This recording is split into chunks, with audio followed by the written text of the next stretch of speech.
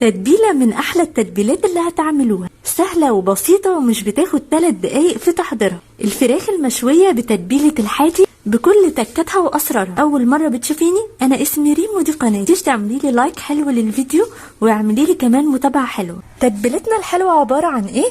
3 حبات من البصل حجمهم متوسط، معاهم قرنين من الفلفل الأخضر الطويل، ولو حابة تستبدليهم بالرومي بيبقى حلو قوي. معاهم نص كيلو من الطماطم قطعته كده ارباع زي ما احنا شايفين. دول حوالي 8 طماطمات كده غسلتهم وقطعتهم ارباع. نص كوباية زيت حوالي 5-6 معالق. ليمونتين كده متوسطين. ربع كوباية خل حوالي 3-4 معالق.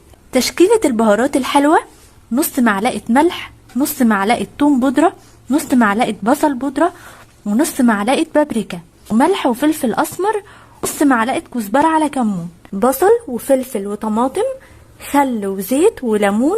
وتشكيلة البهارات: هناخد البصل مع الفلفل والطماطم وزي ما احنا شايفين قطعتهم مكعبات كده عشان يسهل على الخلاط برضو الضرب والتقطيعة براحتك جدا، انصاص ارباع زي ما تحب. هزود عليهم نص كوباية مية او كوباية مية واضربهم في الخلاط ناعم قوي. صفيت كمية الخضار بتاعتنا والصوص جميل جدا. الالياف اللي هي فاضلة من عصير الطماطم ممكن ارجعها الخلاط تاني واحط عليها كوباية مية واضربها ضربة سريعة واصفيها تاني. يعني احنا عاوزين اكتر جوس او عصير ينزل منها. دي الكمية التانية، ضفت عليها كوباية مية ورجعتها تاني في المصفى. هضيف عليهم نص كوباية زيت حوالي 6 معالق، ربع كوباية من الخل، 4 معالق. تشكيلة البهارات الحلوة: توم بودرة، بصل بودرة، قرفة، جنزبيل، بابريكا، ملح وفلفل، عصير ليمونتين كده متوسطين ويكون الليمون كبير شوية. والتتبيلة كده جاهزة معانا ان احنا نتبل بيها الفراخ. ممكن تستخدمي بقى فرخة كاملة، نص فرخة، اوراق، دبابيس، حتى الاجنحة والبانيه هيمشي معاها التتبيلة دي. ونقلب كويس قوي من فوق لتحت كده ومن كل الجوانب تدوب كده وكل حاجة تدخل مع بعضها. عندي حوالي 8 وراك كده غسلتهم كويس قوي، غسلهم 3-4 مرات. اول مرة بالمية والملح ينزلوا اي زفارة او اي دم خالص. تاني مرة بالمية وبالليمون كده بقعد ادعكهم شوية ينزلوا برضو بقية الدم اللي متعلق جواها. وتالت مرة بالمية بس، تبقى المية بتاعتها نظيفة وصافية قوي. دي وبعمل لها فتحات كده او شقوق على كل ورك كده، فتحة او 2 عشان التتبيلة تتغلغل كويس وتدخل جواها حلوة قوي.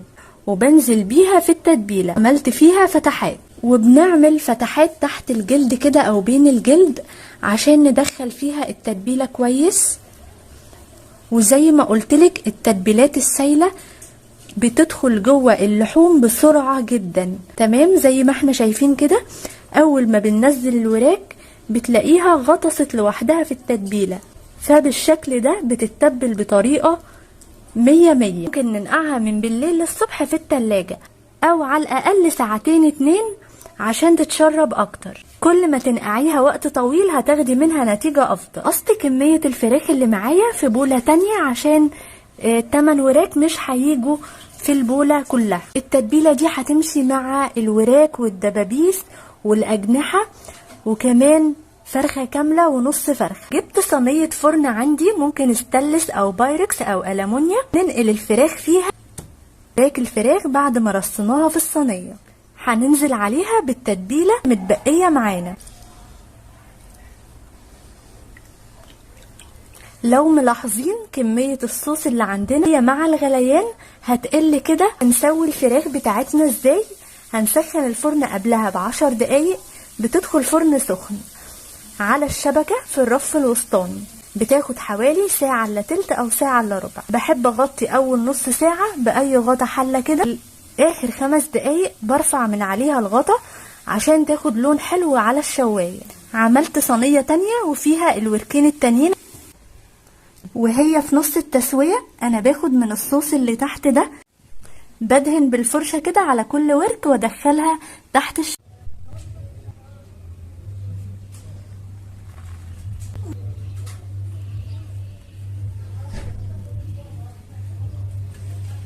أسرع وألذ تتبيلة فراخ مشوية هتعملوها.